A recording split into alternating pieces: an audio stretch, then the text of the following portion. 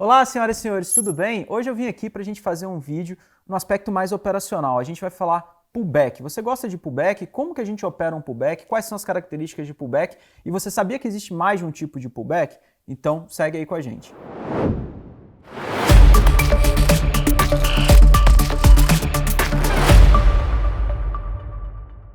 Então, vamos lá, pullback, afinal de contas, o que é isso? Pullback é um estilo operacional que, particularmente, é o que eu mais gosto.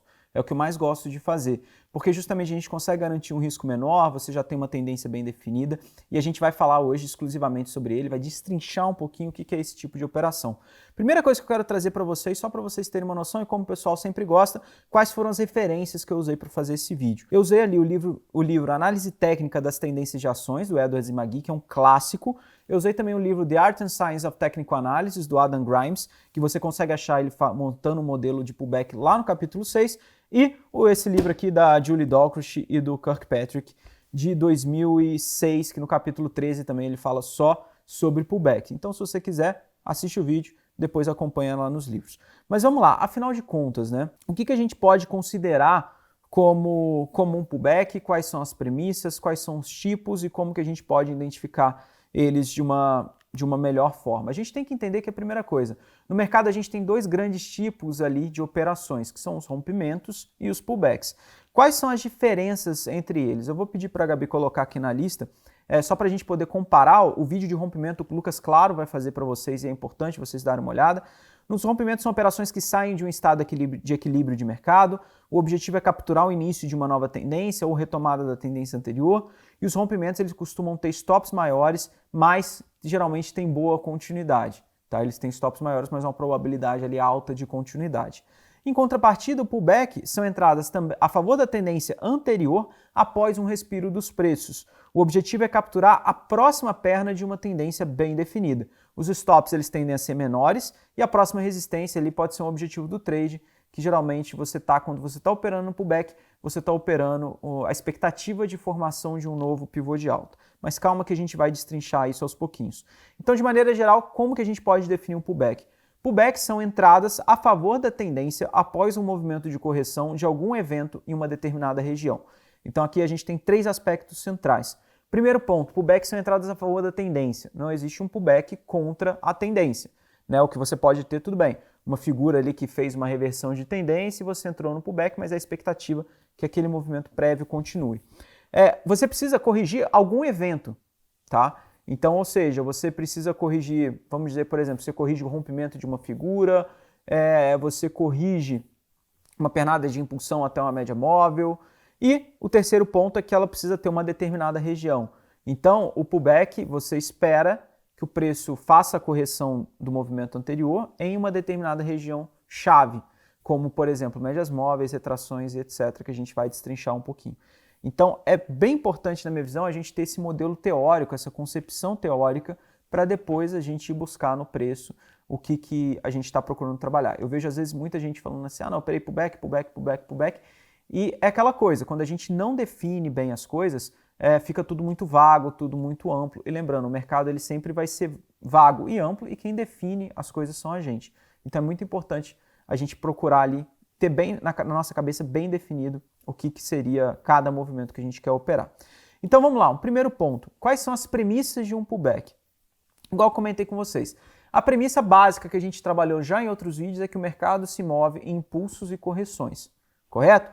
Então você tem um movimento de impulso, correção, o que a gente teria depois? Um impulso. O pullback é justamente a entrada depois dessa correção para você pegar um novo impulso.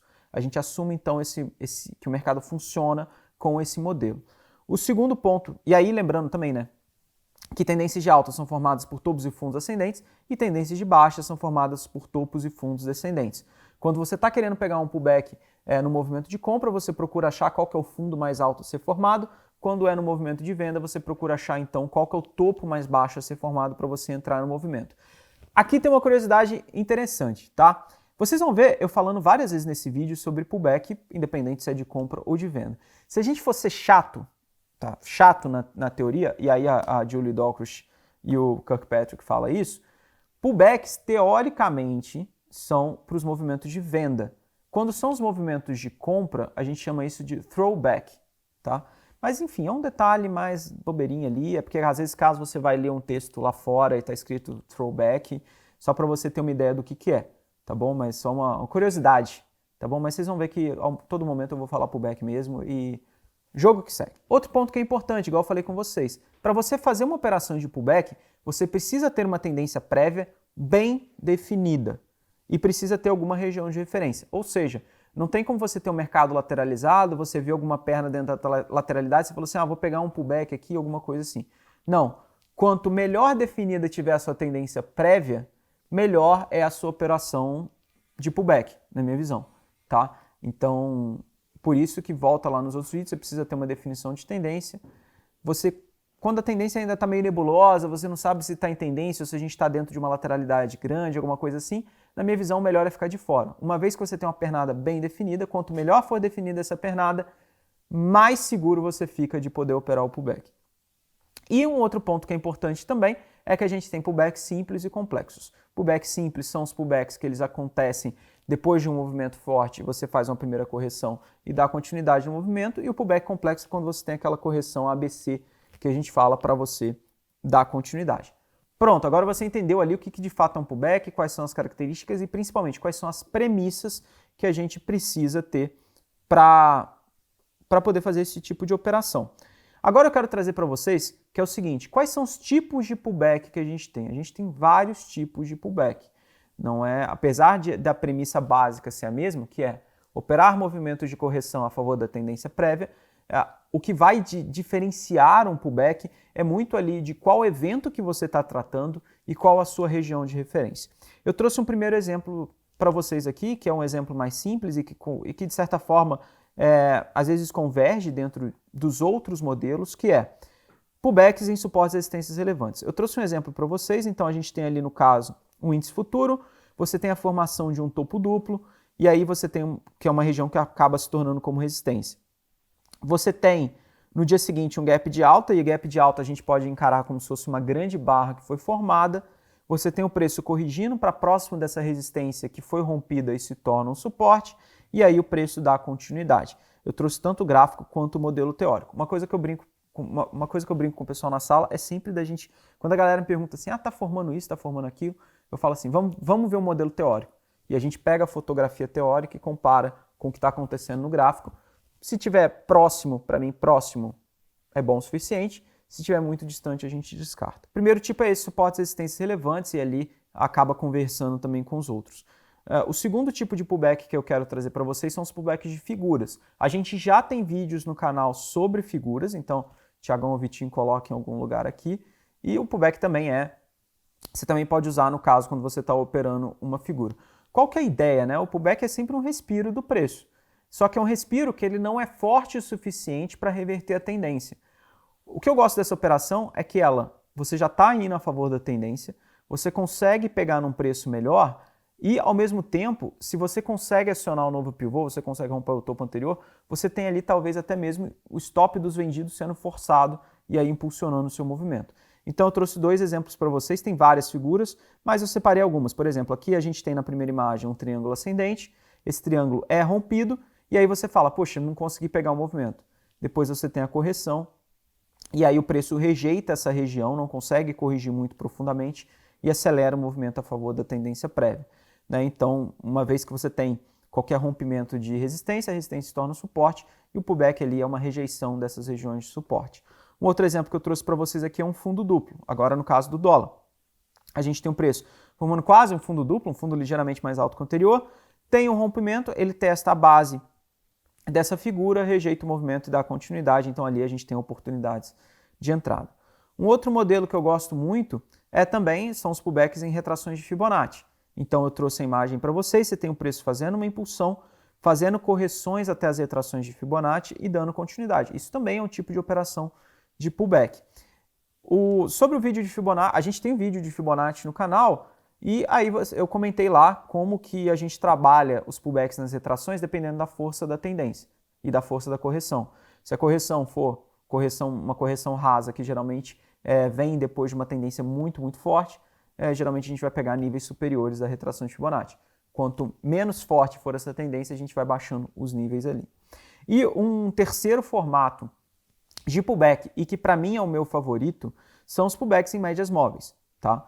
A gente já também falou de médias móveis no canal. As médias móveis elas servem ali para guiar a tendência, elas suavizam um pouco aqueles movimentos de preço e quando você tem uma tendência de alta, elas tendem a atuar como suporte, quando tem uma tendência de queda, tendem a atuar como resistência. Não é que a média móvel é mágica nem nada do tipo, mas ela apresenta que, dado o movimento de alta que a gente tem, aquela região seria uma região de desconto dentro da tendência. E aí eu trouxe dois exemplos aqui. A gente tem pullbacks na média de 8, média de 21, depende muito da média que você usa. Lembrando que eu gosto de usar a média exponencial de 8 períodos, exponencial de 21 e a aritmética de 50, também a aritmética de 200. Aqui tem um ponto legal para quem faz day trade, tá? A média de 8 era uma média que eu tinha tirado do meu operacional e depois eu voltei com ela porque eu acho que fica mais fácil de eu explicar para o pessoal algumas coisas em relação a essas correções, já que é o tipo favorito de operação que eu tenho. Vamos dizer, 95% das minhas operações vão ser feitas próximo da média móvel de 8 períodos. Isso para mim é muito importante. Isso sinaliza que você quer operar a favor da tendência, né? Mas existe um problema. Às vezes a gente está atrasado nessa tendência. E a média de 8 ali, ela me garante, ela me dá uma ideia de qual que seria uma reação de correção que é interessante ou que faz sentido para mim. Se você quiser ter alguma regrinha de bolso, lembrando que é muito difícil a gente ter regras, mas correções rasas, a gente espera que ela segure até a média móvel de 8, então até a média móvel de 8, correções intermediárias na média móvel de 21 e correções mais profundas na média móvel de 50 períodos. Lembrando que a média de 8 especifica uma tendência de curtíssimo prazo, 21 no prazo intermediário e a 50 em um prazo maior. Logo, você tem que pensar que correções de tendências maiores, elas são mais profundas, correções de tendências menores, elas são mais rasas. Então é isso, tá? Agora a gente já definiu o pullback, a gente viu quais são os tipos de pullback e a gente agora vai comentar um aspecto muito importante, a gente vai para o gráfico para poder falar ali como a gente identifica um pullback, porque a grande dúvida que o pessoal sempre tem. Quando é um pullback? Quando é uma reversão de tendência? Vamos comentar um pouquinho sobre isso. Então, galera, vamos dar uma olhada nos exemplos, porque a grande dúvida que a gente tem é o seguinte. Tudo bem, eu sei que eu tenho um movimento de impulsão, a correção, e eu quero entrar num pullback a favor do próximo movimento de impulsão. Mas até onde vai uma correção e até onde vai uma reversão? Aqui, o vídeo sobre Price Action vai poder te ajudar bastante, porque a ideia principal é que se você tem uma tendência e ela vai dar continuidade, você espera uma continuidade dela, a ideia é que a perna de correção ela seja mais fraca do que a perna de tendência. Seja tá correto, né? Que ela seja. Ou que ela seja. Não, que ela seja. Seja não existe. Tá, entendi. Tem a sede, né? Tem a sede. Que aí não é seja. Sede. Você tá com sede, Thiago? Hoje não. Hoje tá com sede, não? Não, tô bem hidratado. Ainda tá cedo, né? Tá cedo. Mas vamos lá, pessoal. Então, a ideia principal é que em movimentos de tendência, a pernada de correção ela deve ser mais fraca do que a pernada de tendência. E como que a gente consegue identificar isso? Aí a gente consegue usar o Price Action aqui para poder fazer essa avaliação. Lembrando que é algo subjetivo, nem sempre a gente vai acertar. Mas eu trouxe para vocês, por exemplo, aqui o índice futuro no gráfico de 2 minutos. O gráfico, período, qual tempo gráfico, qual ativo, pouco importa. Eu botei até o 2 minutos aqui porque aí fica mais fácil de eu achar alguns exemplos para mostrar para vocês. A gente tem, nesse momento aqui, a gente tem uma pernada de tendência, correto? Então a gente identificou ali qual que é a pernada de tendência que a gente vai usar como referência. Uma coisa que eu até gosto de comentar com a galera quando você está estudando, tira os candles da tela e deixa nesse formato aqui. Então você tem o preço fazendo uma pernada de tendência e inicia uma pernada de correção, principalmente quando a gente identifica que essa região aqui é um topo. Então vamos lá, coisas que eu comentei com vocês. A gente tem uma pernada de tendência. Essa tendência está bem definida? Ela está bem definida. A gente tem um evento acontecendo? Sim, a gente tem um evento ali, por exemplo, de tentativa de fechamento de gap. Vai. E aí você começa a correção. Dado que eu gosto muito de usar médias móveis, o que eu vou acompanhar é qual que é a correção na média móvel. Se eu tenho um movimento anterior forte, a expectativa ali é de que pelo menos a gente tem um teste na média móvel de 8 períodos. E a gente começa a avaliar como que está essa perna de correção em relação à perna de tendência. Aqui tem um caso curioso, porque a perna de correção ela está forte. Como que você avalia que essa perna de correção está forte? A gente tem uma sequência aqui de 1, 2, 3, 4 barras de queda, não tem nenhuma barra de compra, nenhuma interrupção desse movimento. Então, o que significa? A correção ela teve um pouco mais de força do que a gente esperava. A gente, na dúvida, a gente dá o benefício da dúvida ali para a tendência. Depois você tem essa correção continuando na média móvel de 8, você tem um candle de interrupção, um candle de lateralidade, mostrando que, beleza, os vendedores estão atuando no movimento, mas começa a perder força. Depois a gente tem uma primeira tentativa de retomada, depois a gente tem um segundo candle de alta que corrigiu na média móvel de 8. Geralmente, para esse tipo de movimento aqui, eu vou procurar fazer as compras mais ou menos ali acima dessa região aqui dos 110,80, mais ou menos, que é para justamente a gente tentar pegar a próxima pernada de correção. Eu preciso falar com vocês que um tempo atrás, antes até mesmo de entrar no banco, eu tinha muita mania de pegar a primeira volta desse movimento. Então, por exemplo, a gente tem esse candle de interrupção de tendência, eu fazia uma compra geralmente ali logo na máxima dele. Hoje eu prefiro ter a formação do fundo um pouco mais clara para poder fazer a entrada a favor do movimento. Até também porque aí eu acho que é mais seguro, principalmente para o pessoal da sala. Então depois a gente tem uma continuidade de movimento e aí, enfim, tem até um novo pullback na média móvel. Isso aqui dá continuidade. O interessante de usar a média móvel é que a gente vê uma média móvel ascendente, então isso aí acaba também favorecendo a nossa ideia de movimento. Aqui a gente teve um novo pullback que veio em 1, 2, 3, 4 candles, testou ali a média móvel, na verdade nem chegou bem próximo da média móvel, não conseguiu romper e depois deu continuidade. Então seria um exemplo ali de pullback. E é interessante porque você vê que a segunda pernada de correção, ela foi, tudo bem que teve uma correção que deu em sequência candles vendedores, mas você vê que não chega a romper o último fundo, não rompe regiões importantes, etc. Então é assim que eu vou começando a avaliar e comparar as pernadas de correção em relação às pernadas de tendência. Deixa eu trazer algum outro exemplo para vocês. Eu não separei os exemplos em si, eu vim trazendo aqui porque ao longo do dia é muito comum da gente identificar os pullbacks. Quer ver? Como o índice nos últimos dias estava um pouco mais travado, a gente lembra que eu falei com vocês, a gente precisa de um movimento direcional muito claro, coisas que em alguns dias a gente não viu. Esse aqui eu acho que é um exemplo interessante para a gente poder usar. Vamos voltar lá atrás e aí mostrar candle a candle aqui.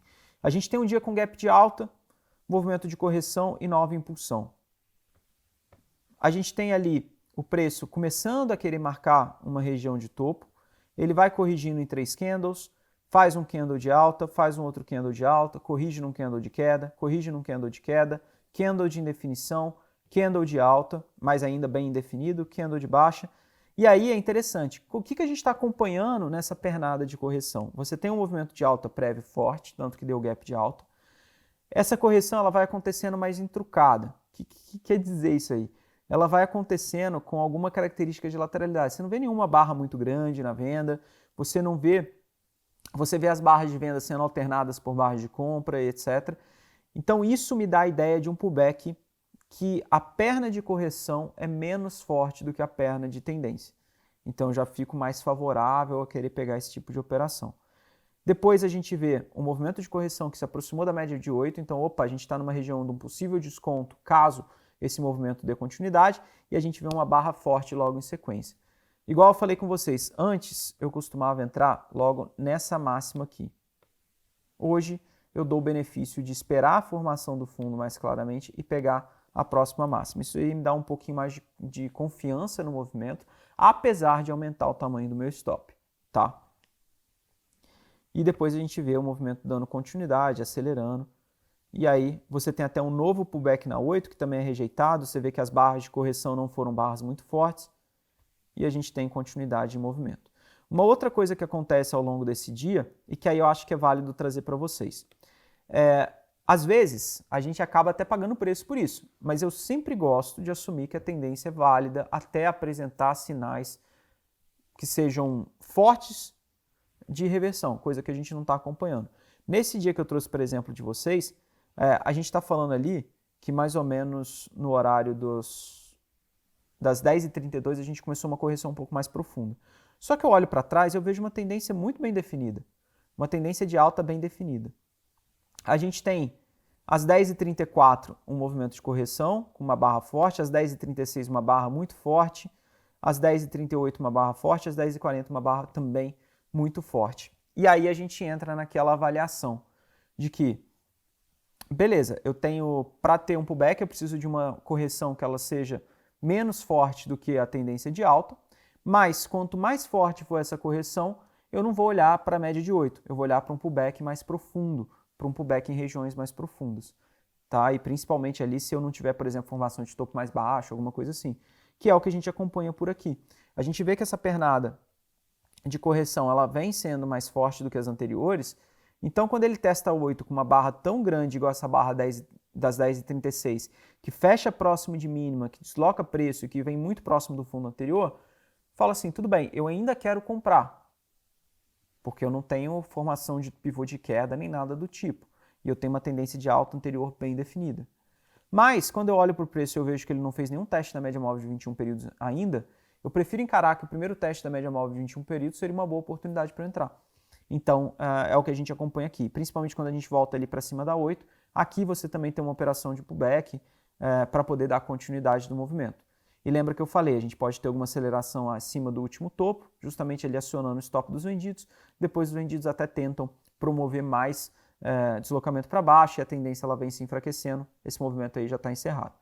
Então acho interessante a gente sempre avaliar isso, a gente vai avaliar a força do movimento de correção e quanto mais forte ele tiver, a gente vai estar olhando para correções mais profundas. Em alguns momentos essa correção ela vai ser tão forte a ponto da gente querer abrir mão do movimento. Agora eu trouxe um outro exemplo para vocês, mas na ponta vendedora. Também ainda no índice futuro, gráfico de 2 minutos. Eu gosto de operar mais os 5, mas aqui só para fins de exemplo. A gente tem no dia 31 de agosto um movimento de queda muito forte. Olha, vamos fazer a análise ali do barra-barra. A gente tem sequência de barras vendedoras, fechamento próximo de mínima, deslocamento de preço que desloca essas médias móveis. Depois a gente tem um preço começando a lateralizar um pouquinho e fazendo uma correção na média móvel de 8. Se a gente faz a avaliação, tudo bem, essa correção ela foi muito forte, mas a gente compara a correção em relação às pernadas de tendência. Lembra disso? A correção está sendo forte? De certa forma, sim. Tem uma sequência de barras compradoras, mas a gente vê bastante sombra ali também. Porém, quando a gente olha para a perna de tendência, é uma perna bem forte, que não teve nenhuma barra de correção, o preço deslocou reto. Então, beleza, eu ainda estou favorável na ideia da venda. Quando a gente tem um teste da média de 8, chega até um pouquinho mais longe, você vê que o preço ele começa a lateralizar em 3 candles, depois a gente tem um candle no movimento de baixa. Geralmente, esse tipo de movimento é o tipo de movimento ali que eu quero vender. Seria uma operação de pullback na venda, próximo da média móvel de 8, lembrando que a média é uma região, não é simplesmente uma linha. A gente teve uma correção que ela foi forte, mas ela não foi tão forte assim em relação à pernada de tendência anterior, e aí a gente consegue, por exemplo, fazer uma venda, lembrando aí que seria o stop aqui acima desse último topinho. A gente consegue ver que o movimento dá continuidade, tem uma outra correção, e o que eu falo com vocês, o bom do pullback, na minha visão, é que você pode fazer esse movimento de venda mais ou menos por aqui. O seu stop está para cá, acima do último topo.